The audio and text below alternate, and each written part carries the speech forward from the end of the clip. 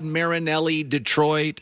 Like, if you've got the wrong Rich Kotite, if you've got the wrong coach, Freddie Kitchens, Cleveland, it takes you about 6 games to figure it out. Sometimes it's hard to figure out if you've got the right coach. You know, he's good, he's not great, but he's pretty good, and he has ups and downs.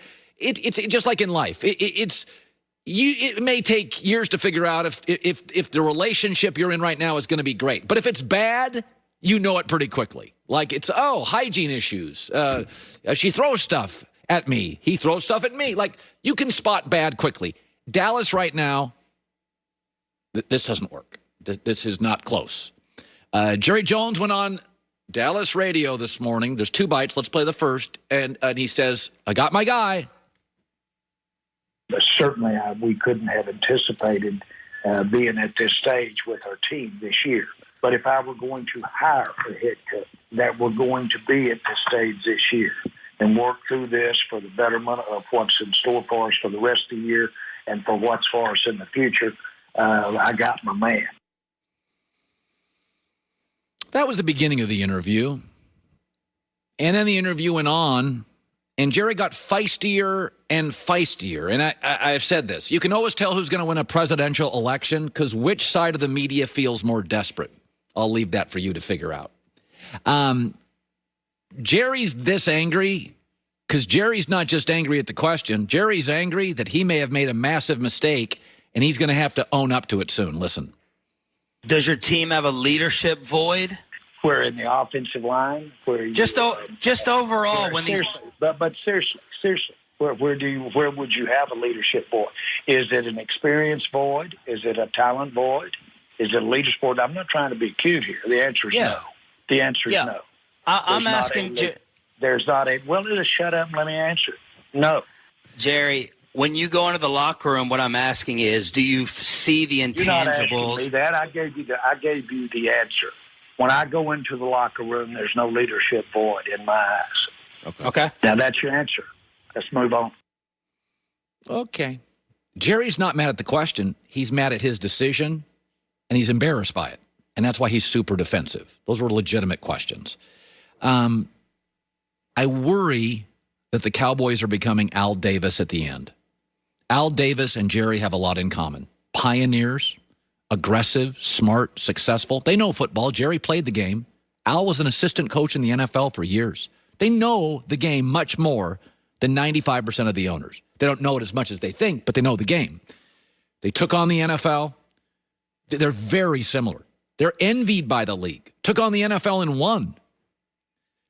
And then they get a little older, and they want control,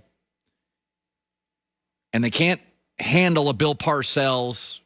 They can't handle a John Gruden, and they never, ever recover. You know, it's interesting with Dallas. When Jerry has allowed for a big personality, Jimmy Johnson's a big personality. Barry Switzer's a big personality. Bill Parcells' a big personality. When Jerry allowed that and wasn't threatened by it, the Cowboys won. I mean, Barry Switzer was not a great NFL coach. He's a legendary college coach, but he won.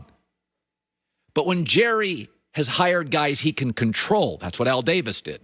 Mike McCarthy and Chan Gailey and Jason Garrett and Wade Phillips and nice guys, but they kind of lack that leadership right? He's failed every single time. It's the same with Al Davis. When he had John Gruden, and John can lack this and that, but he's a leader. John is he's got a Mike Tomlin, Pete Carroll thing. He walks into a room. John Gruden has a presence.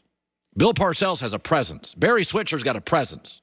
Jimmy Johnson's got a presence. Jason Garrett doesn't. Doesn't mean he can't coach, but he doesn't have a presence.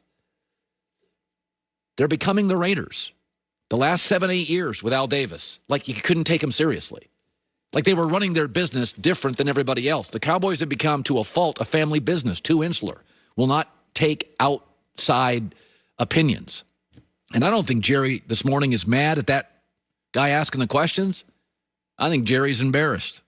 I think he's a smart guy who made a really bad choice, and he knows there's no way out but to get rid of Mike McCarthy.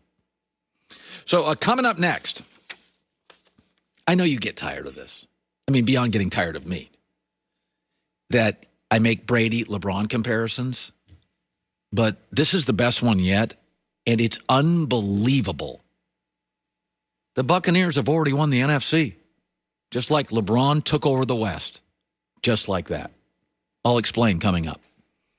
You know that phrase, giving 110%? I mean, come on. What does that really mean?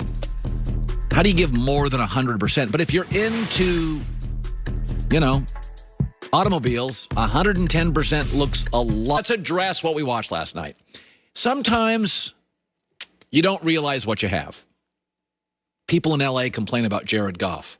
How about Chicago? They've been looking for a franchise quarterback since the 40s when they had Sid Luckman. I'm not joking.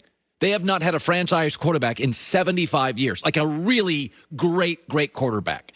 Since 2000, the Bears have had 24 guys take a stamp at quarterback. So when people criticize the Carson Wentzes and the Jared Goffs because they're not perfect, I just roll my eyes. Miami has never replaced Dan Marino. Still, John Elway, they've never really replaced him. They had an old Peyton Manning for a few years. Jared Goff's already been to a Super Bowl. Since Sean McVay has arrived, he's won 38 games, lost 16. His quarterback passer rating is 96. He's completed 64.5% of his throws. He currently has the highest fourth quarter passer rating in the entire league. And people are already nitpicking him. Folks, do you understand there's no perfect quarterback? Big Ben makes terrible throws still. Tom Brady's unathletic, so is Eli. Aaron Rodgers is too prickly and doesn't get along with everybody. Russell Wilson's frankly a little short. Sometimes he can't see guys and throws bad picks. And Breeze, suboptimal arm. Same with Matt Ryan. Even the quarterbacks we like that are young and good, like Josh Allen and Lamar Jackson, you'd be like, oh, they're going to be stars. And all of a sudden the league gets a lot of them, and you're like, well, they're good, but they got little holes in their game. How bad would Matt Nagy, how much would he die to have Jared Goff today? I hear this all the time. In L.A., if you're not LeBron or Mookie Betts, we're just going to sell stock on you. Jared Goff's a really good quarterback. The rule in this league is find a good quarterback and just support him.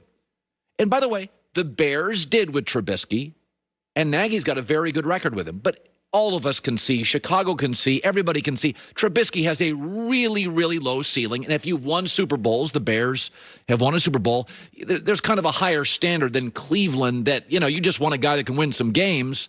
You'd like a Super Bowl, but you're not realistic. You're realistic about that. In Chicago, they've won Super Bowls. They've been great before. So they really want to get a guy that can beat Aaron Rodgers, that can beat the Russell Wilsons. But I look at this and I'm like, do you understand, Los Angeles, how hard it is to find a quarterback? You start looking around the league, and everybody wants a perfect quarterback. And I look at Jared Goff, and the answer, of course, is not through free agency. There's a reason a quarterback hits the market. Cam, Kirk Cousins. There's a reason. It is not. It's not a career backup on his fifth team like Nick Foles. The answer in Chicago is what the answer was for the L.A. Chargers. You find a guy, Phillip Rivers, you get everything you can out of him, you move him, and then you go back to the draft. And sometimes, like the Chargers, you get lucky. You get two really good quarterbacks. And it doesn't happen very often. In New York, they had Eli. Daniel Jones even looks and plays sort of like Eli. Maybe they got another one. Today, they don't know. But Nick Foles was never the answer. This morning, the Rams are a legit 5-2. The Bears are a mirage 5-2 for one reason. It's not the coach. It is not the coach. If Matt Nagy was fired, he would have a job in 45 minutes. Can you imagine him in New York with Trevor Lawrence? Can you imagine him in Houston with Deshaun Watson? Atlanta with those weapons and Matt Ryan? Mitch Trubisky with Matt Nagy and not much else has a winning record in the NFL. It's not the coach. It's the quarterback. So anytime I hear people, criticizing Carson Wentz and for that matter, Jimmy Garoppolo or a Jared Goff, I'm like, oh, slow down.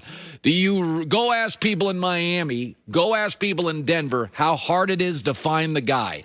Jared Goff's been to a Super Bowl. If he's healthy in 10 years, he'll have been to another, at least one more.